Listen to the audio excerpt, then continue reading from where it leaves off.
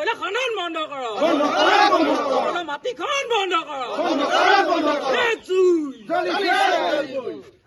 এই সংগ্ৰাম চলিছে চলিবই এই জুই চলিছে এই সংগ্ৰাম চলিছে।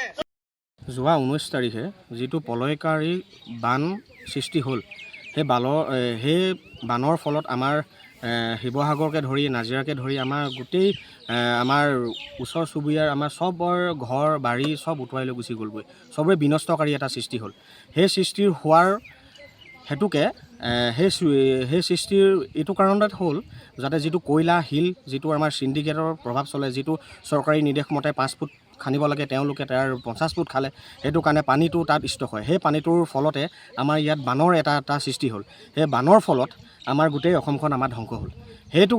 সেইটো কাৰণে আমিতো ধ্বংস হ'বলৈ দিব নোৱাৰোঁ। যিটো আগতে কোনোবাই আপোনাৰ কয়লা মাফিয়া কৰিছিলে, কোনোবাই আপোনাৰ শিলৰ চিণ্ডিকেট কৰিছিলে, তাক যিটো হৈ গ'ল তাত আমাৰ ক'বলগীয়া কোনো কথা নাই। এতিয়া তাত আমি শুধৰাইব নোৱাৰোঁ।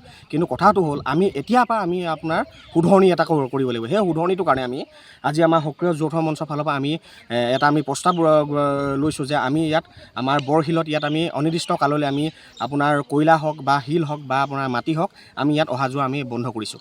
ইতিমধ্যে আমি আমাৰ চাৰ্কুল অফিচাৰ বাইদেউক আমি স্মাৰক পত্ৰক আমি প্ৰদান কৰিছোঁ।